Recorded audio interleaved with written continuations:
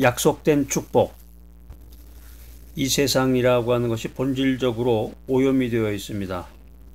대기가 오염이 되기도 하고, 또 먼지로 인해서 오염이 되기도 하고, 전염병이 퍼지기도 하고, 우리 영적인 세계에서는 죄로 오염이 된 세상 가운데서 우리가 살아가고 있는데, 믿음 가운데서 올바른 인생을 살고자 하는 사람은 외로움을 느끼게 됩니다. 고난을 당하게 됩니다.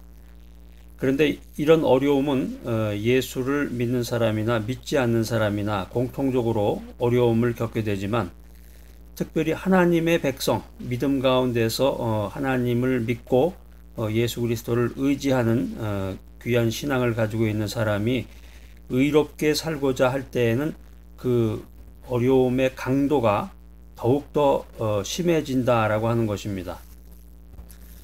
왜냐하면 믿음의 세계에서는 영적인 세력이 우리와 함께 하는데, 특별히 공중의 권세 잡은 자 사탄의 세력이 의인을 무너뜨리기 위해서 하나님 중심으로 또 예수 그리스도를 의지하는 그 의인을 무너뜨리기 위해서 필사적으로 달려든다는 거예요. 자, 그렇기 때문에 하나님 중심으로 기도하며 살아가는 사람에게 고난이 생겼을 때 하나님으로부터 약속을 보장받지 않는다고 하면은 정말 어리석은 자, 가장 불쌍한 인생을 살아가는 사람이 되고 말 것입니다. 우리가 인생을 살아가면서 하나님이 성경 말씀을 통해서 어떤 축복을 하셨는가, 어떤 약속을 하셨는가 하는 것을 오늘 세 가지를 준비해서 여러분과 함께 쉐어하고자 합니다. 나누고자 하는 첫 번째 내용은 하나님으로부터 기도의 응답을 받는다. 하나님 중심으로 인생을 살고자 하는 자, 기도하는 자, 의롭게 인생을 살아가며 하나님을 의지하는 사람은 기도 응답을 받는다 하는 것입니다. 정말 엄청난 내용이네요. 모든 기도의 응답을 받을 수 있다고 그러면은, 자, 그런데 믿음의 사람이라고 해서 모두가 기도의 응답을 받을 수 있는 것은 아니다. 여기 이제 전제 조건이 있네요. 아니다. 그게 뭐냐면은 의심하는 사람, 또 불순종하는 사람에게는 기도가 응답이 되지 않는다라고 하는 것입니다.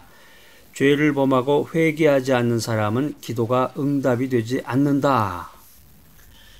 인생을 하나님 중심으로 살아가는 사람이 있는 반면에 하나님을 찾지 않는 자가 있습니다. 어리석은 자가 있습니다. 죄악을 행하는 사람이 있습니다. 이런 사람의 기도는 하나님께서 받지 않으신다라고 하는 것이죠. 오늘 이제 시편 14편에 있는 말씀인데, 시편 14편에서 다윗이 노래하는 이 의인이라고 하는 이 의인의 내용, 의인의 정의는 하나님을 전심으로 찾고 하나님을 경외하고 하나님으로부터 지혜를 얻고 죄악을 멀리하는 사람이다. 이런 사실을 발견할 수 있습니다. 바로 이런 귀한 인생을 살아가는 사람에게 하나님께서는 기도의 응답을 주신다. 그렇기 때문에 기도했는데 응답이 되지 않는다, 답답한 마음을 갖고 있을 것이 아니라 나 자신의 삶을 돌아봐야 된다라고 하는 것입니다. 그래서 하나님과의 그 릴레이션십, 하나님과의 관계를 가로막고 있는 그 장애물이 무엇이냐, 하나님과의 관계를 가로막고 있는 그런 요소가 있다 그러면은 신속하게 그것을 해결해 나가야 된다라고 하는 것입니다.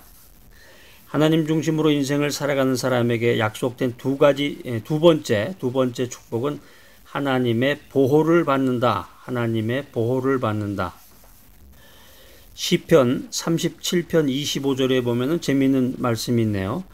의인의 자손은 걸식하지 않는다.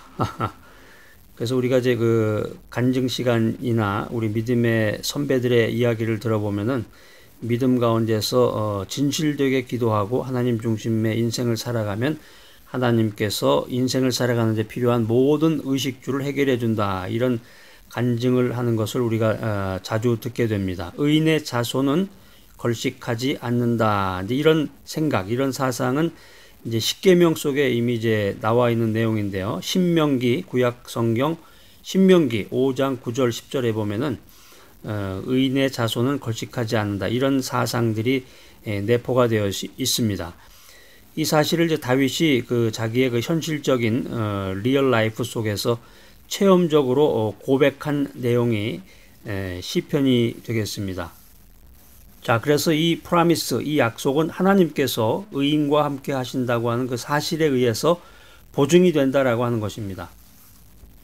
시편 14편 5절에 보면은 이렇게 되어 있어요. 이런 말씀이 기록이 되어 있습니다. 저희가 거기서 두려워하였으니 하나님이 의인의 세대에 계심이로다. 하나님께서 의롭게 살려는 하나님 중심의 인생을 사는 그 성도의 보호자가 되신다는 거예요. 성도의 보호자가 되심으로 잠언에서 지혜자는 잠언서 18장 10절인데 잠언에서 지혜자는 여호와의 이름은 견고한 망대라. 의인은 그리로 달려가서 안전함을 얻느니라. 이런 교훈을 남기고 있습니다.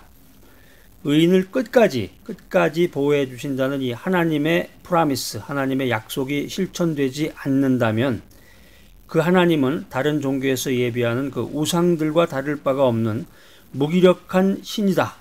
무기력한 신이고 성도의 예배를 받을 수가 없습니다. 그렇기 때문에 이 하나님의 약속은 영원 불변하게 적용되는 진리인 것입니다.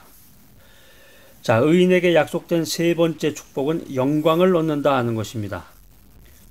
우리가 인생살이에서 신앙생활을 하면서 선을 행하다가 낙심치 말아야 될 이유가 바로 여기 있는 것입니다.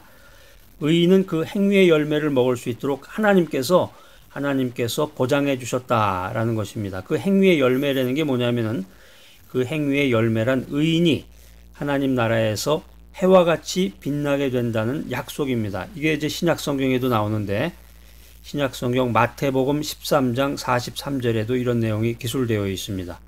사도 바울이 그토록 혼신의 힘을 다해서 전력을 다해서 올인해서 전도 여행을 다닐 수 있었고 끊임없이 다가오는 이 고난을 즐거운 마음으로 기쁨 가운데 찬양하면서 맞이할 수 있었던 것은 자기 행위에 상응하는 자기 행위에 보응하는 하나님의 상급이 있다라는 것을 굳게 믿었기 때문인 것입니다. 신약성경 디모데 후서 4장 8절 말씀 한번 여러분 찾아서 읽어보시기 바랍니다. 사도 바울은 자신이 당시에 세상에서 겪는 이 어려운 어마어마한 이 고난이 장차 나타날 영광과 좋게 비교될 수 없음을 깨달았다는 것입니다. 이 유명한 구절이죠. 로마서 8장 18절 말씀인데, 그런데 우리가 하나님 중심의 인생을 사는 것이 아니라 세상과 벗해서 돈과 명예와 권력에만 의지하는 인생을 산다. 세상의 영광을 얻었다. 이 세상의 영광이라고 하는 것은 그 풀의 꽃과 같은 것입니다. 풀의 꽃과 같이 잠시 보였다가 떨어지게 되면 흔적도 없이 사라지게 된다. 이게 이제 신약성경 베드로전서 1장 24절에 이런 내용이 기록이 되어 있는데, 자, 여러분, 하나님 중심 믿음 가운데서 기도하며 주님의 뜻을 이루는 사람에게 세 가지 축복이 보장이 되어 있습니다. 기도의 응답을 받는다.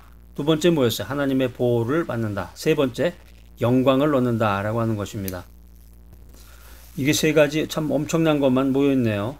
기도의 응답, 하나님의 보호하심, 그 다음에 영광을 얻는다. 이 세 가지는 정말 세상의 그 어떤 것과도 사실은 바꿀 수 없는 것입니다. 강남의 아파트, 현찰, 캐시, 세계여행을 다닐 수 있는 그런 기회, 뭐 이런 것과는 사실 비교할 수가 없는 건데,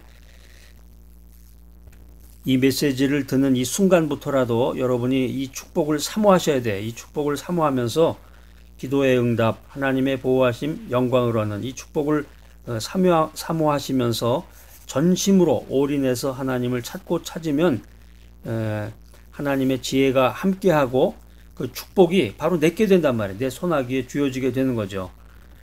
그런데 그렇지 못하다고 하면은 믿음의 사람으로서의 본분을 잃게 되고 세상과 타협하면서 어리석은 인생을 사는 그런 모습을 갖게 되는 것입니다. 세상과 적당히 타협하면서 살아가는 이 습관을 버리지 못한다면은 결코 믿음의 사람에게 약속한 이 하나님의 축복을 경험하지 못하는 것입니다.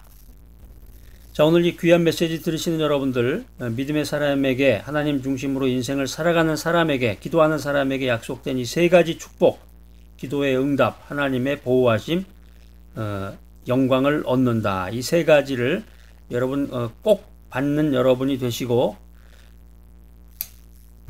하나님의 축복을 경험하기 위해서 이제 자리에서 벌떡 일어나서 빛을 발하는 귀한 여러분 모두가 되시기를 간절히 바랍니다.